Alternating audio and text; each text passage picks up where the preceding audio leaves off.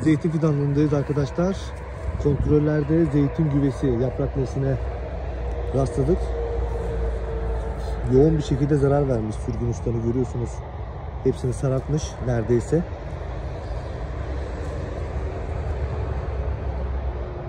Zaten dışkılarını da görüyorsunuz güvenin.